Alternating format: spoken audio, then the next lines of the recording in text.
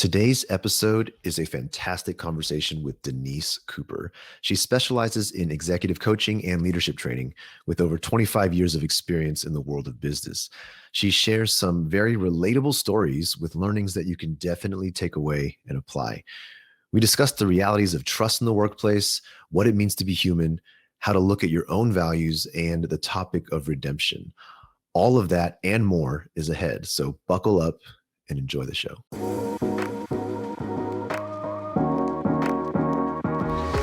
Hello and welcome to Love as a Business Strategy, a podcast that brings humanity to the workplace. We're here to talk about business, but we want to tackle topics that most business leaders shy away from. And we believe that humanity and love should be at the center of every successful business. Hello, I am your host, Jeff Ma, and I am joined today by my co-host, Chris Petrie. Hey, Chris, how is it going? Doing great. Awesome. And as you may or may not know, we are co-authors of the book by the same name, Love as a Business Strategy.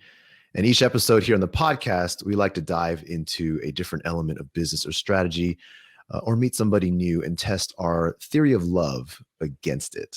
Today, our guest is the founder of Remarkable Leadership Lessons. She's an executive coach, a leadership trainer, a speaker. She has a podcast. She's an expert in neuro leadership, behavioral and psychological principles. The list goes on, and I'm hoping to be able to talk about all of that.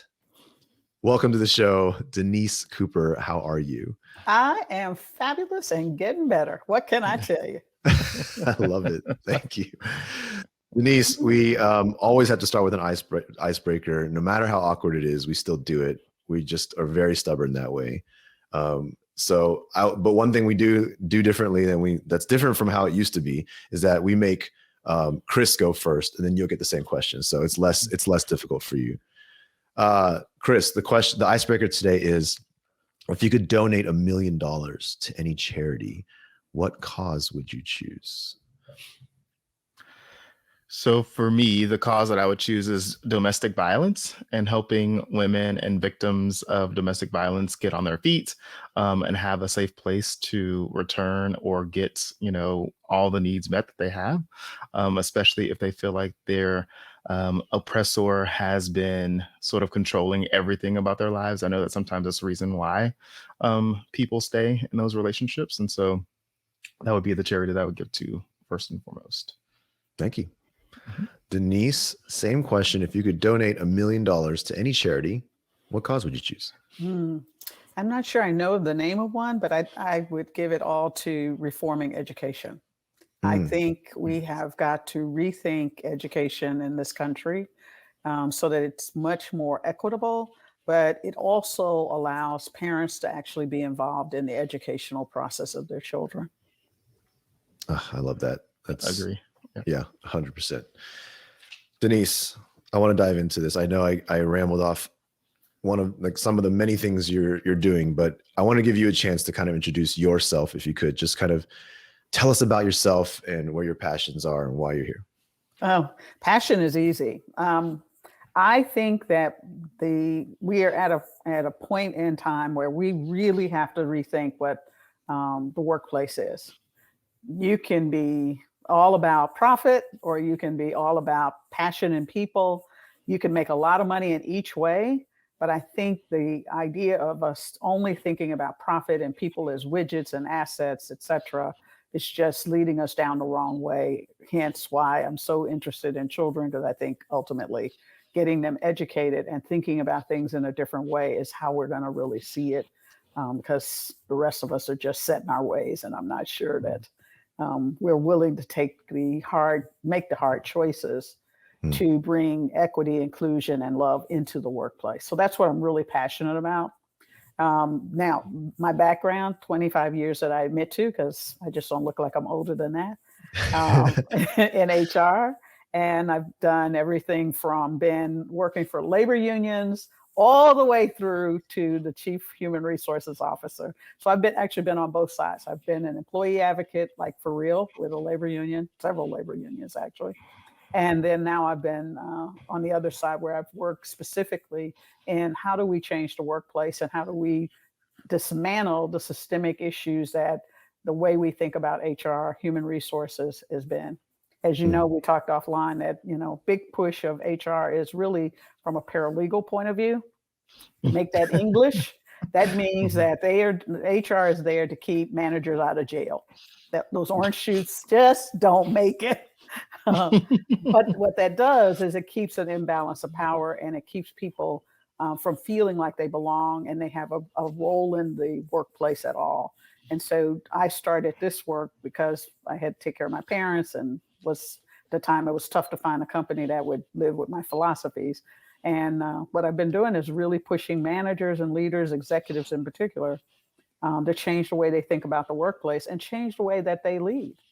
And to lead from a place of, if people are truly our most important asset, what does that actually mean when we have to behave? What are our expectations? How do we have accountability conversations that are very different than, top down, command and control, do as I say? Yeah. No, this is really interesting. And I I love this sort of how this lived experience of yours turned into a passion, turned into a business, turned into sort of the ability to touch lives and executives and humans all over the world and all over the workplace. And so I'm curious to know, like, when it comes to your experiences working with different executives, working with folks that are saying that they want their employees to be the greatest asset, but could be doing the exact opposite when it comes to decisions, behaviors, et cetera.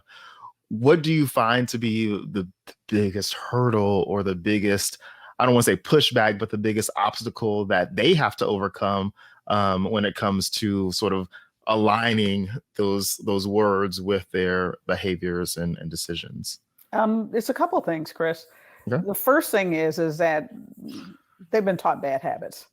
If you read the books, if you kind of go through some of the things, and I have a book too that I try to have a different voice in it, but if you read most of the books, it's really about, set the goal, communicate the goal, set some measurements in place, and then if they don't meet the measurement, figure out how to get them out of the office, kind of thing. And so it's built on this robotic, mechanistic philosophy, and that's what they've been taught.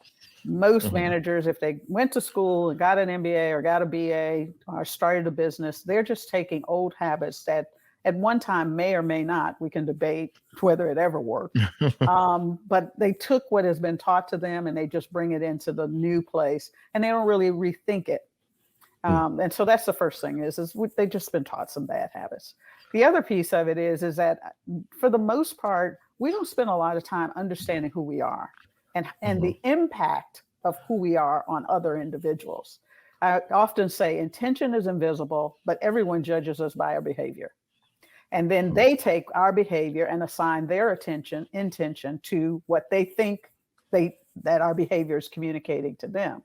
Most of us walk around thinking my good heart shows on my sleeve, and you just, hey, I'm a good person. If I made a mistake, forgive me, blah, blah, blah. So that's the second reason. And then the third reason is we're now at a time where we have stripped out so much in organizations, that whole lean and mean philosophy we've been on for the last 20 years, that we do not have room in organizations for growth, learning, and making mistakes. And so because if you can't have room to risk doing something wrong, then you can't have room to learn. And so that right there takes you into the series of, I don't want people who don't know the job. I want people who know the job, or at least that's how we think about it. We went through a whole plug and play. If you've got the skills, you've got the expertise, let's just stick you in there. And what that's done is it's created another tagline, we're a learning organization. But from an operational point of view, a systemic point of view, you can't do it if you don't allow people to make mistakes and you have enough cushion for people to actually learn. Yep. It reminds me of we have a peer, Jeff and I, his name is Nathan, and his daughter is in school, and she comes home and she comes up with shares all the the greatest sayings that our teacher says. And, one of the latest was mistakes are evidence of effort. Right. There you go. And so like whenever someone calls out a mistake or whatever, it's like, well, it's just evidence of effort. So that became like our team mantra at one point where we just said like, we made a mistake, but it's an evidence of effort. But it is one of those things where you have to recondition your mind, right? And sometimes going to those little childhood quips does help you sort of recenter, like, wait, that is true, Yes. right? I would rather have evidence of effort than paralysis Right. or indecision, right? Or those things where you're not taking any shots. Mm-hmm. So no, I completely resonate with that learning organization mantra that people are trying to say, but deep down in the organization, probably not the case, especially when you look at performance management systems that are erected, when you look at the way that decisions are made on promotions, chances are people are not getting promoted because they showed failure. Mm-hmm. Right. Denise, I what you're saying super resonates with me, and I think we're seeing it ourselves time and time again in organizations that we enter with all the right goals and intentions and even written values and mission statements. But you're right. Like it's kind of this ingrained, kind of inescapable environment that has been built over time. And it's just pervasive into every process and tool and every, it's part of the culture that's just completely taken, hold of what I would say is basically general corporate America overall suffers from this. So what is from your perspective, kind of the way out, right? How do we, I believe in our talk offline, you said, you don't see much discussion around dismantling these systems and who owns dismantling the systems. And I really want to hear your perspective on how we get out of this problem. Well, so the way we get out of the problem is that we really start figuring out and speaking truth about who owns the system, as you mentioned. And the people who own the system are actually employees and the managers. Put the managers as employees first. They're the ones that have to come up with the agreements, the boundaries, what accountability looks like between them, because you can't have people making mistakes over and over. And I get that, right? But the reason people generally are making mistakes, if that's such a thing, is because we aren't communicating good boundaries of where you can go, what you can do, what's in your power, what's not in your power. And until employees actually begin to say, I have a role here, I belong here, I'm a partner in creating the success of this organization, it's tough to break that kind of hierarchical command and control. Now, there's a difference between the role you play. So you might have a role as a manager that says that you manage these resources, you have to come up with these business outcomes, you have to manage money, time, people, products, services, those kinds of things. And that role gives you decision-making power. So you make decisions around those kinds of things. Being responsible because of the role you have just means that from a hierarchical thinking of how decisions come out, you have responsibility for making the decisions. But the co-creation of how that shows up in your organization is just that. Employees implement that. So you got to get them involved. You got to get them so that they think. You got to tell them, hey, for your role, this is what you do. Go for it. That kind of thing. And so let me kind of take it out of the world of theory, if you don't mind, and put it like in a real life thing. So one of the things that one of the clients I had a few years ago, he came into an organization and he was project manager. He was over the whole company's project management office. He was looking to hire some people. The HR came to him and said, hey, we've got some great candidates from the outside, but we really want to give somebody on the inside a chance. What they failed to tell him was that this young lady was not considered a team player and that she wasn't really skilled for the role that she was in. So he finds this out a couple months as they've gone into it, when the meetings are going such that she's supposed to help people make the change, help people figure out what are the deliverables? When are they going to be done? Who does what, et cetera? And people would get in the meeting and they would say, yeah, I'll do it. The deadlines would come by. Guess what? Nobody's doing it. So now this manager, he's stuck between a rock and a hard spot. Does he write her up because she's not performing? Or does he step back and say that my belief is that we need to tell her what's going right and what she needs to do to get back on a path of success? And so our coaching together was really about, how do you have this conversation with her? Because she was angry, and she had every right to be angry. She had been with this company 7 years. No one told her that she was failing. So the new guy now is stuck with telling her she's failing.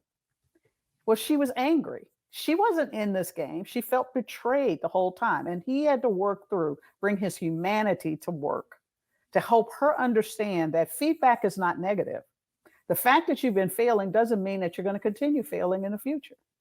But in addition, the other thing we talked about is that you've got to create an environment which she can have redemption. So he went around and he spoke to everyone on the team, the managers above those people on the team, and said, look, it's not okay that your people lie. They get in these meetings, they say they're going to do stuff, then they blow her off. That's not okay. And you have to hold them accountable for their word. Got agreement with them, then coached her on how to set the expectations, how to make the project plan work for them, and also put some measurements, because change happens.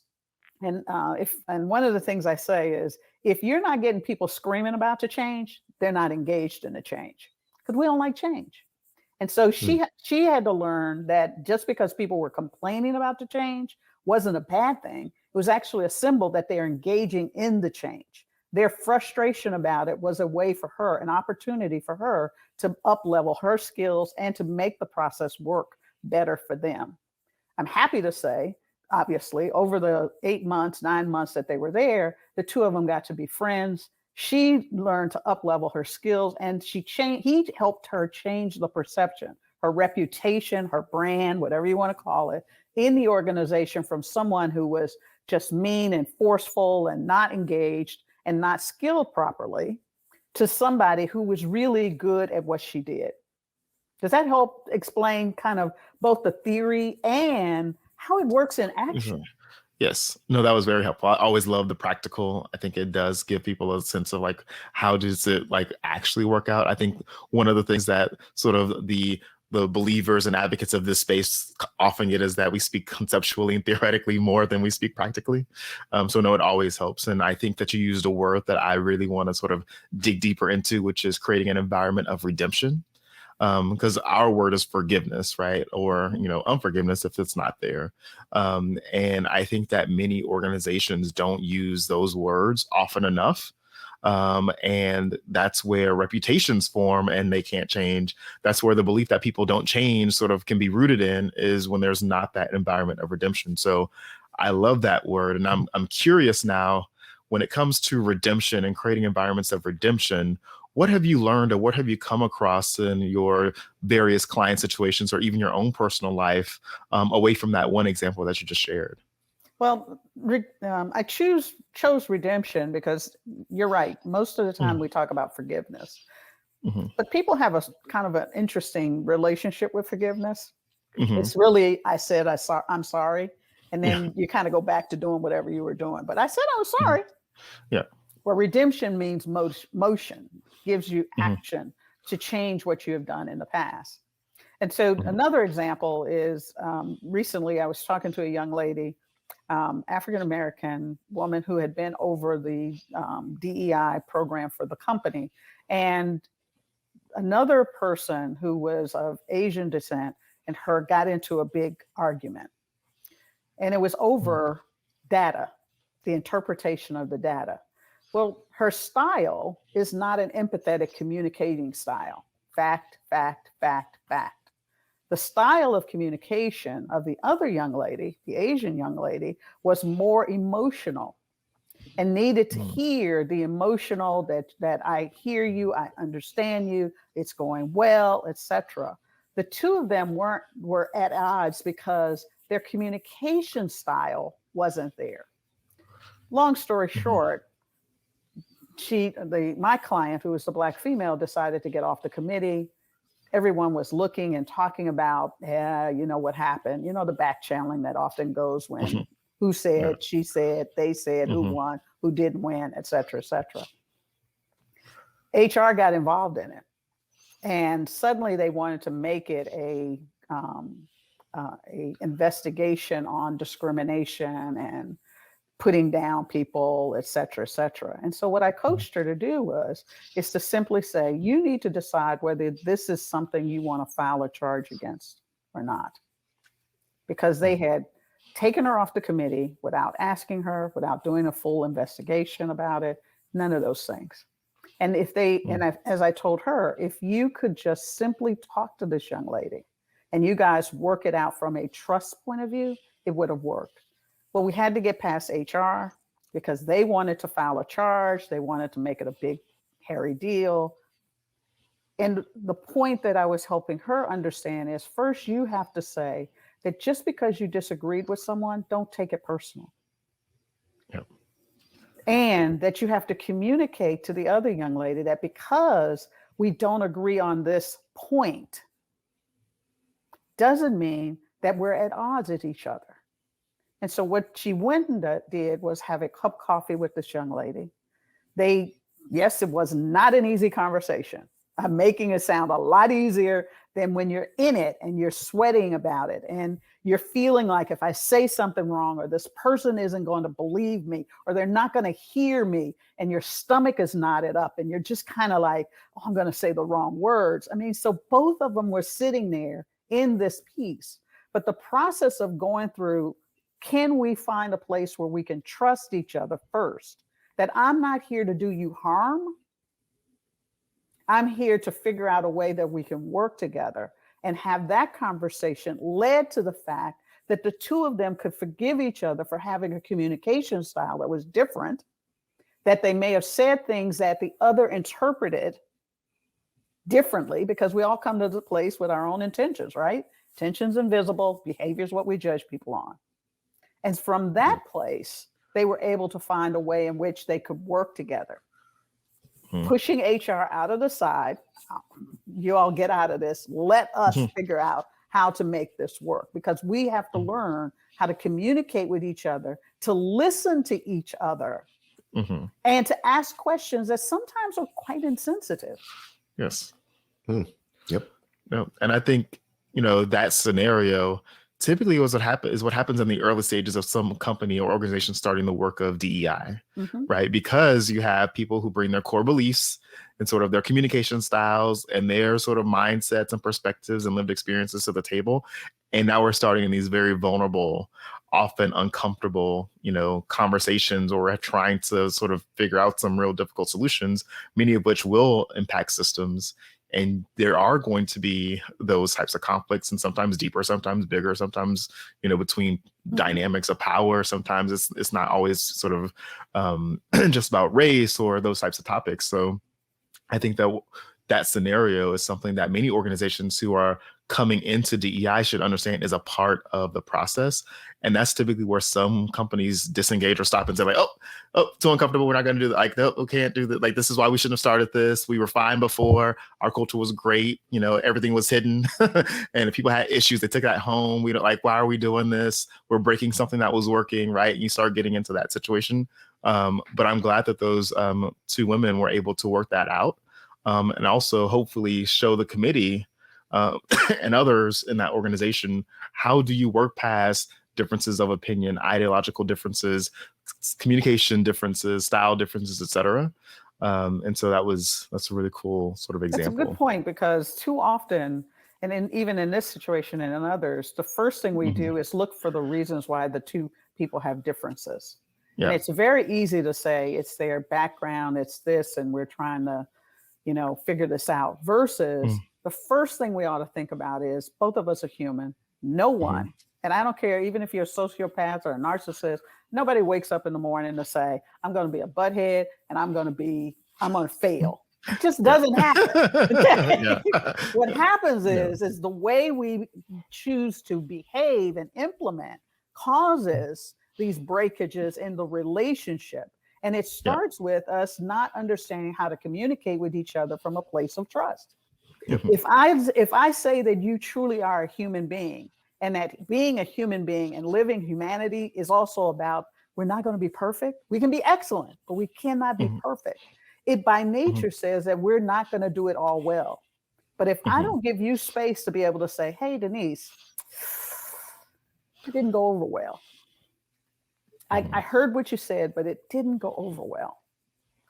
And I have to be able to take a deep breath and know that you're giving me feedback. You are not judging me. You're just giving me feedback. I need to lean in a little bit and say, what didn't go well?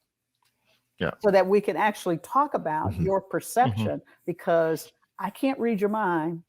And I tell my clients, I tell everybody, all your listeners, stop acting like we can read each other's minds. Because we can't. The only way you're going to know what a person's thinking is you have to breathe and ask the question.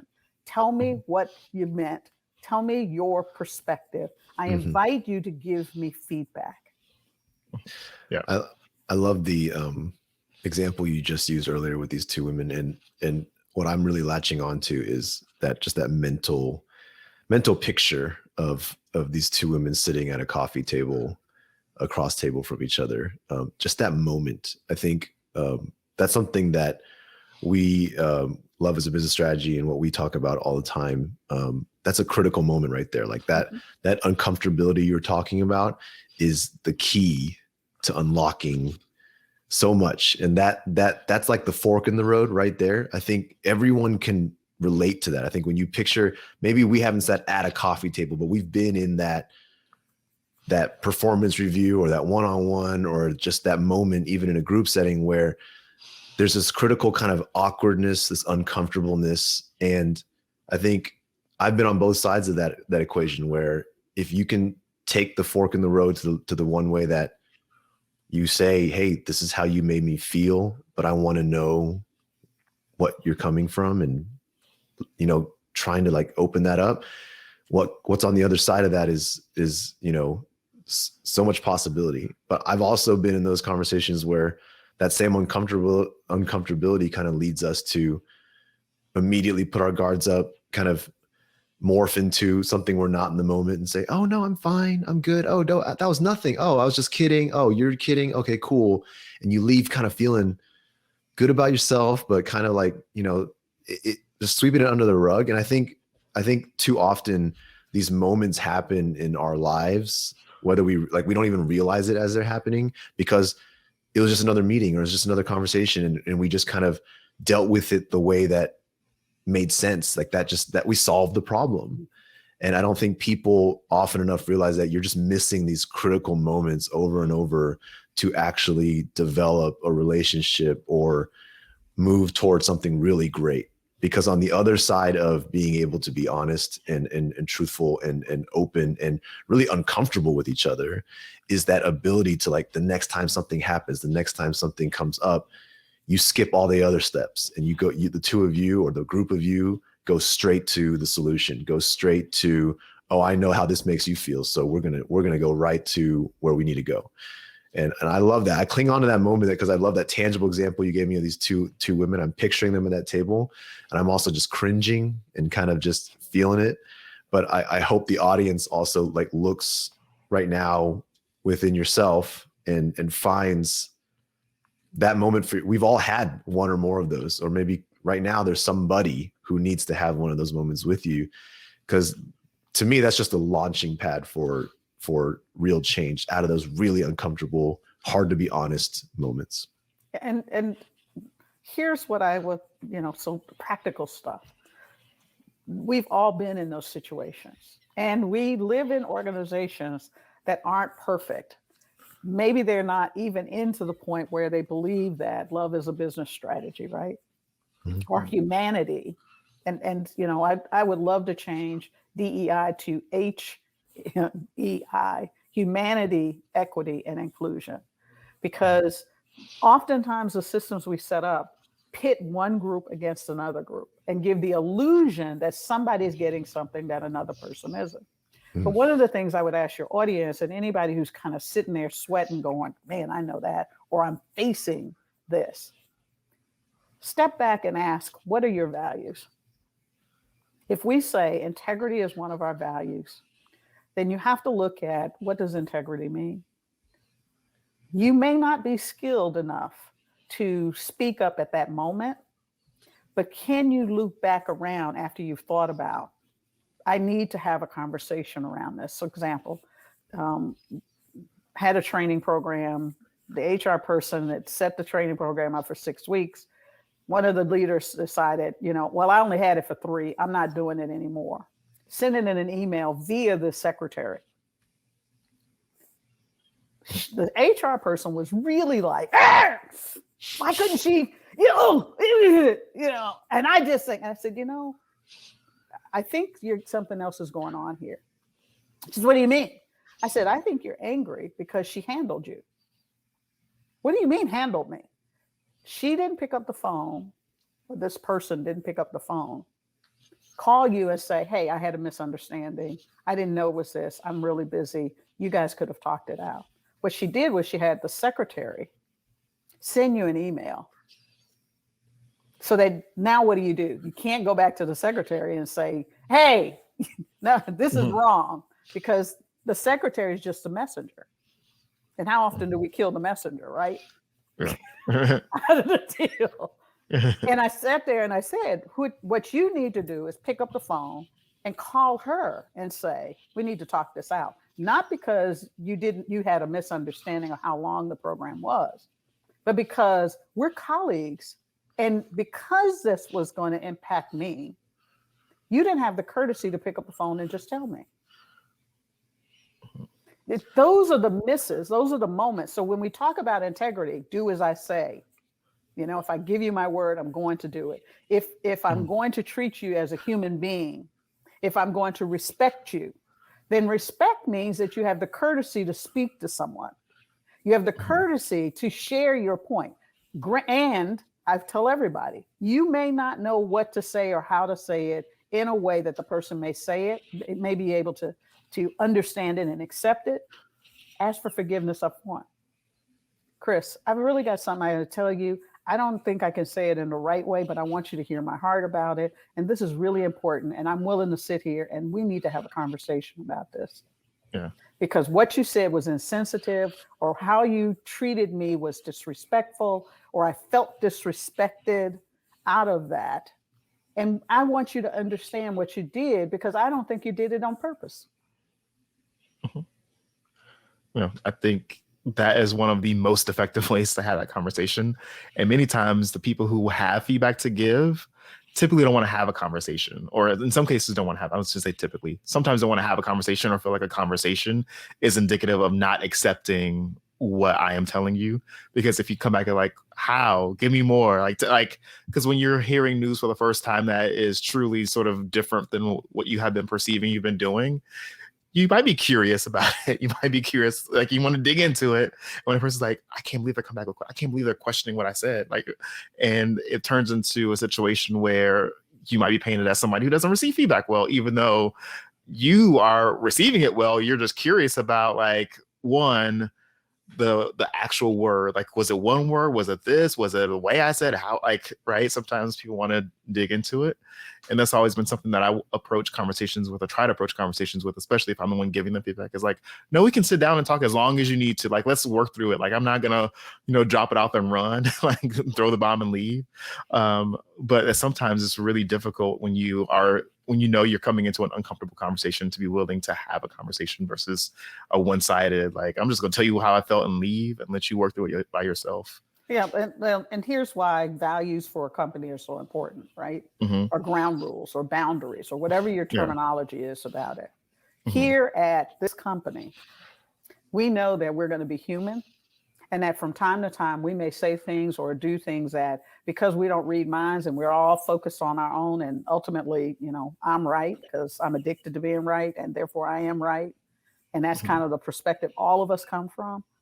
But the ground rules here say that if feedback is necessary, feedback is a good thing, and that you need to stay engaged in it. Now you have permission to, if I picked you at a wrong time, then we got to circle back on it. But it's not okay not to get to the point where we can be okay with each other, because we have to find a way in which we can have a working relationship and co-create what's going on.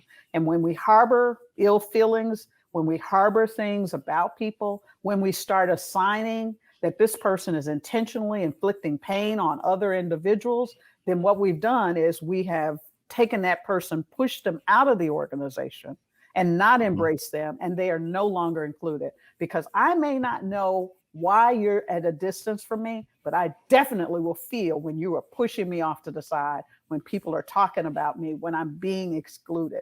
I can feel that every day, all day. And that's the piece that I think is so important about having values, value statements, boundaries, and examples, stories of when you get it right, and stories of when you don't get it right, so that people can see that, oh, wait a minute, this isn't about humanity. This is a skill issue. Our having a conversation really boils down to skill. Absolutely. And, it kind of draws, I think it's funny because we all understand. I feel like everybody understands the fact that we're humans. Like everyone understands the fact that we make mistakes. We say things we don't mean, all that. And somehow in the workplace, it's become this place where we can keep saying, oh, we're human, we make mistakes. Oh yeah, embrace mistakes. And then yet our behaviors kind of indicate that you're not allowed to.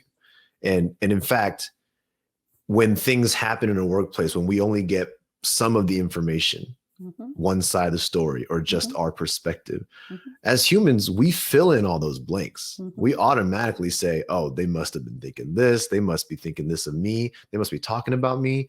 And all these kind of thoughts fill our heads. And without that outlet of verifying and validating, something that we would do in our personal lives with people we, care about, love, and want to be around, I'm not going to go to sleep at night if I think that, my best friend is thinking something about me, or says something on Facebook, made a post. I'm like, is that about me? Is that about, like, I need to go ask, is that post about me? Because that's messed up. Yeah. But at work, when someone says something or makes a comment in a meeting, we're somehow okay with just being like, that comment was probably about me. I'm not going to talk to them about it. I'm just going to live my life as if it was about me. And these things just snowball, because that's how then you respond, you retaliate, you get passive aggressive, you start talking in certain ways, and it just creeps into these relationships. And then between two people, then between groups, then between entire teams, and then and before you know it, this entire culture is just people smiling at each other. Yes.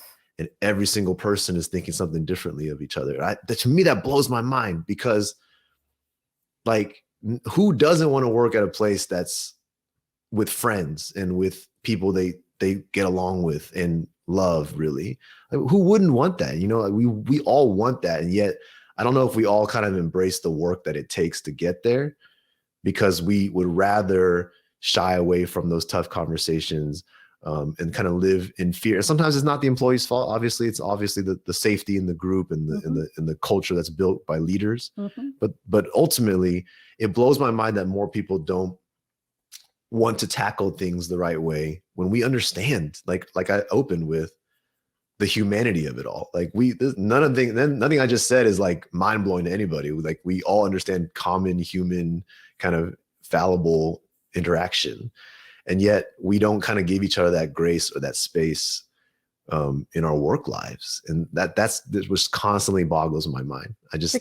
Well, it's because we don't give permission in those places. We think the old way of thinking about work is you just come to work, do what you're told, and keep your mouth shut and collect your paycheck. And that is how we think about it. Well, business has changed. Businesses don't last 50 years. They change, they get bought. If you start doing well, your company's going to get bought. All kinds of things happen. And the fact that we expect people to be friends with each other, to care about each other, what's that old saying that, people say, don't bring your feelings into the workplace? How many of us still carry that? I know you're human, but I can't bring my friendship. I can't bring my admiration for you as a human being, as a person, as somebody I like and I want to get to know. I can't bring that emotion into the workplace, because then, I'm, not okay. Yeah. Men can't be emotional and say, hey, we need to talk. I'm angry. Oh, you can't be that. Women can't bring it. Oh, you're too emotional. You're not tough enough to be a leader. Blah, blah, blah. And so we've got all of this noise that sits there, but nobody really talks about it. Nobody says that's off limits, that this is what's on, this is what we're about. Yeah. And make that statement. You don't mind saying that we're about making money. Make a statement that says we're about creating a place where people can excel. Yeah. Like when did we decide that we could pick and choose elements of humanity to accept and not accept in an environment? It's almost like, I mean, I'm just noticing that real time right now. It's like it's very common to keep saying things like, oh, we're just human. Oh, we all make mistakes, and yet we very literally pick and choose a number of other human traits that would just be completely taboo to talk about, bring up. If I had to set up a meeting just to tell you how you made me feel, people would be like, do not waste business time. Do not waste on the clock time to have this one-on-one about how they made you feel. And it's like, why not? We just said we're human and this matters. Like, this matters to me, and it should matter to the company, right? But you put structure in it. So we have to teach people how to do this. And it's the idea back of, some companies are saying you have to be resilient. You have to, if you listen to Brene Brown, it's all about the resilience. When I make a mistake, how do I come back? For redemption is the same thing. And so is it okay that a person can make a mistake, whether it's a business mistake, a mistake with a customer, they didn't run the process right, or I hurt your feelings, or I said something that was insensitive. And I don't think most people are trying to be offensive, that they can be very insensitive. So I choose that word carefully. But when do I get to come back and say, hey, that wasn't right, and that I actually can be open to feedback? Where do we set those ground rules? Where do we have that as a walking role model of what that looks like, from the CEO or the executive director in nonprofits all the way down, of when I am wrong, when I've changed my mind, I actually come out and say, you know what, I changed my mind. I was given some information. I've thought about it again. Let's go. And you can start it on the business side and then roll it into how we treat each other. So get comfortable with the place that you can do it, which is business, and then move it into the other. I know so many great CEOs, and I've been exposed to great CEOs, that they purposely listen to what the rumor mill is. Most of us are trying to go, don't listen to the rumor mill. That's, gossip is not a good thing. But they purposely listen to that so that they would understand the perspectives of what's going on in the workplace, because we still put CEOs, C-suites, all of those executives on a pedestal, and we just can't tell them the truth, right? But they can listen to the gossip. They can listen to what's wrong and interject and say, that's off limits. We are not doing that. We're not sure about this, but we are about this. And I want you to have the truth, and I want you to understand exactly directionally where we're going. So it is a practice that starts with, are you interested in engaging and making sure that people have the answers that they need, that they understand how we're going to treat each other, and that feedback is really important on all scales, and that you model that. That's what changes the workplace. I'm curious what advice you give to the modern leader, because I feel like I think leaders today are facing a very new and unique challenge, I guess, as we talk about these things, as these are realities that we have to face. And it's like, it comes to those points where, you can be a leader that hears all this and you're like, great, I want to be empathetic. I want to be, I want to build personal relationships. I want to be all those things, very human with my team. And then you're like counterbalanced by this pressure that has to be kind of harsh on them. Like there's no way around it. Like they're not performing. They are misbehaving. They are letting people down. They're like all these things that are just a reality of a business. At the end of the day, outcomes and goals being missed. How do you coach this leader who, is on kind of stuck between these worlds where they have to be the disciplinarian, but also try to build this trust and things like that? Trust comes in many levels, right? We trust each other all the time. When it comes to someone who's not living up to the performance, so that specific piece of it, if you've told the person along the way, if you were clear on what the goals were, you help them navigate the reality, which is what are the reasons why, the obstacles, the options, those kinds of things. And then you ask them a very poignant, one of the questions I tell leaders all the time is ask people, how will I know this got done? Because I'm not going to be chasing you down. And you tell me that, oh, I'll have it to you Tuesday, but I'll also ping you to make sure we'll talk about it in the next one. And then I fail to do it. Then what you're having now is a conversation of you gave me your word and you didn't live up to your word. As an HR executive, I can tell you, people know when they're failing. What they do is they keep a smile on their face. They keep doing the same things harder, faster, more of it, because they think I'm not doing it well enough. And they dig themselves in a hole more and more and more. Even down to, I've had people who, I had one guy who, when I was a young HR person, say, he was habitually late. So something really simple. We can't have you habitually late when you're working in a chemical factory. We need you to be here when the shift changes, right? There's some jobs you got to be here on time. And he told me, he says, I'm not going to be a slave to a clock. So, because he didn't own a clock and he wasn't getting up. I said, well, I can honor and respect the fact that you don't want to have a watch and you don't want to have a clock. But you are hired to perform a job. Work is a contract for hire. When you break the terms and agreements of the contract, and one of them is you got to be here at 8:00 in the morning, ready for work. Then what you're in fact telling me is you really don't want to work here. This is not the right place for you to work. Now you have a decision. These are the rules, terms, and agreements of the contract for hire. We'll pay you this amount. We treat you this way. And you have every right to choose not to live within this. That's an adult conversation versus coming in and saying, you have to come to work at 8:00 in the morning and we're going to put you on a performance plan if you don't show up, and because that's forcing. That's treating them like they don't have any ownership for their own behavior. So for leaders, if you treat people like they have ownership for their behavior, that you do trust them and you hired the right person. And if it doesn't work out, tell them and, cut the cord quick. Yeah. Can I go ahead?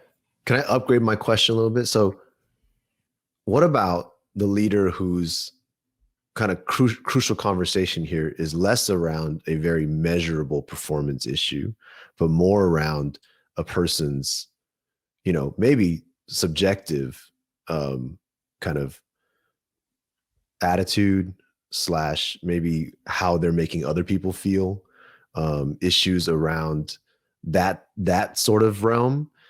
Because I think there's this because culture is now important, violating culture or causing harm to the culture is also part of your performance.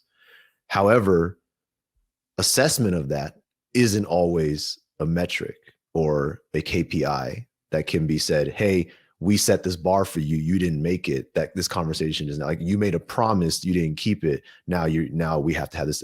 Sometimes it's in this gray area where it's the leader, it's themselves that makes the assessment whether or not this person. So it gets personal. It gets very.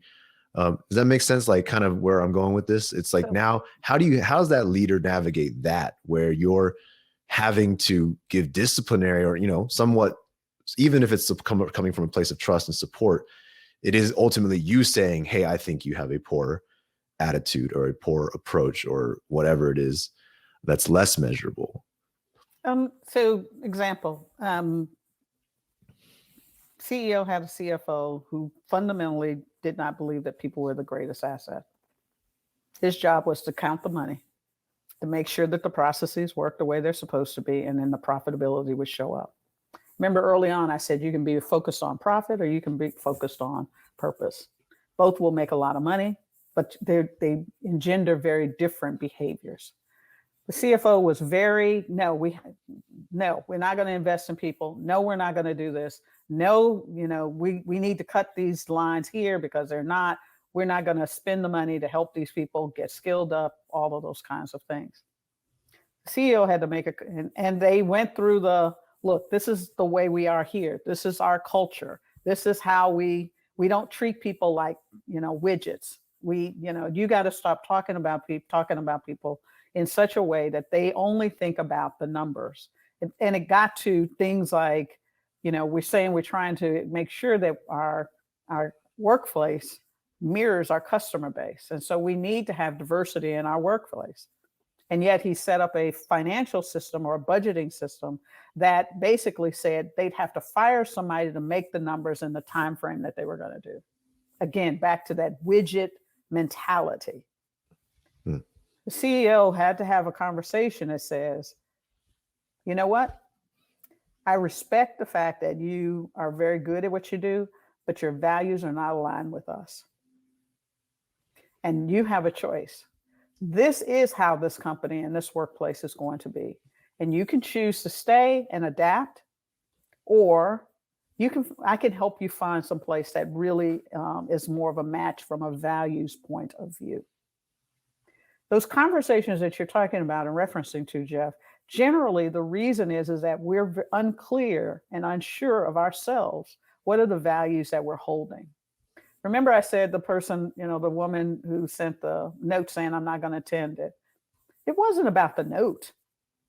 It was about the impact of her not having enough respect to pick up the phone to say, hey, there was a misunderstanding. I didn't understand it. Can we work it out?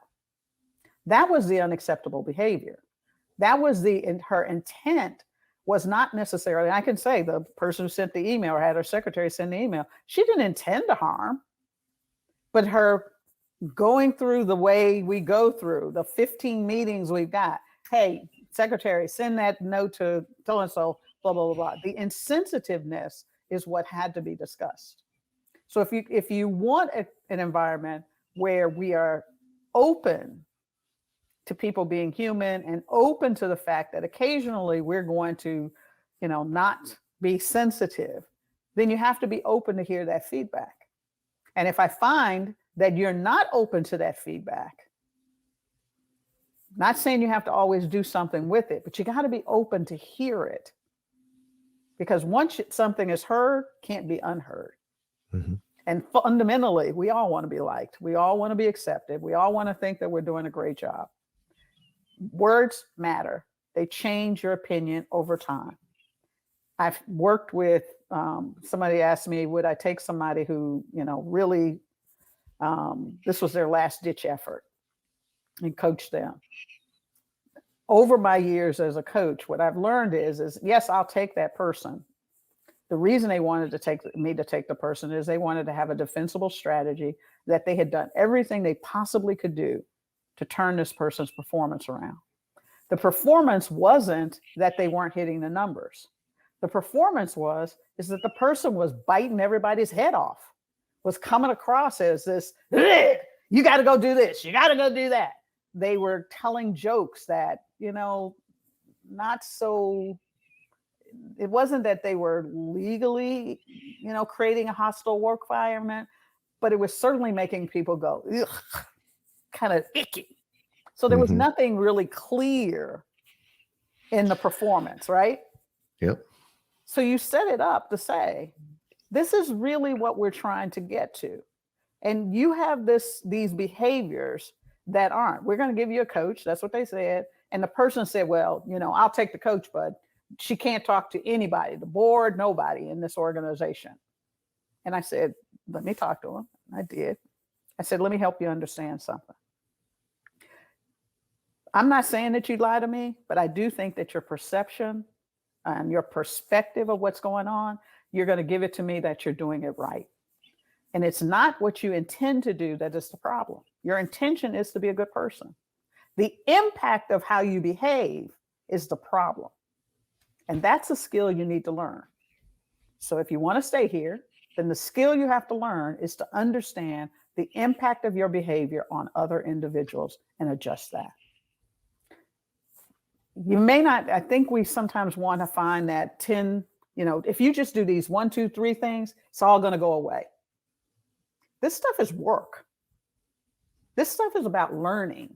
You got to try it. You got to get back on the horse when you make a mistake. You got to ask forgiveness. And then you got to change your behavior. Redemption is about changing your behavior, up-leveling your behavior so that you're not making the same mistakes over and over and over again. That's the piece that we don't want. We want people to be, oh, I just want to tell you one time and then you're fixed. It doesn't work that way. I love that. I love that. Yep. Denise, I wanted to make sure that I also had time to kind of talk about a few of the things that you have going on. Can you tell us a little bit about your podcast and your book and really, anything else that you'd like to share for us in terms of what you're putting out in the world here?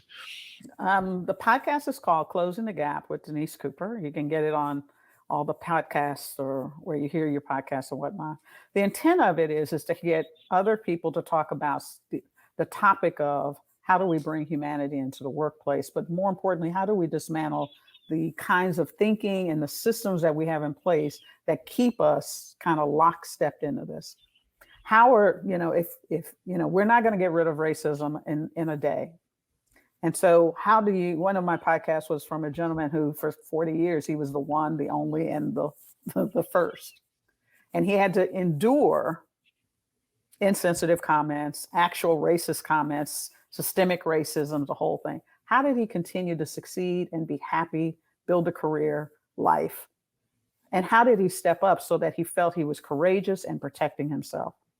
And so these are stories from people who are willing to share their journey along the way. How do you build a career when you're a single mother? How do you, when you get feedback as women that, well, you're, not tough enough and, you're not, How do you actually listen to that and then apply development to it? So that's the purpose of it. And the podcast has turned into something really fabulous because now I'm packaging it and giving it to my clients as lessons learned. And it comes out every Thursday. So it's turned into this really beautiful thing. I'm not looking for a lot of people, but it's turned into these conversations that people can actually get educational material from it.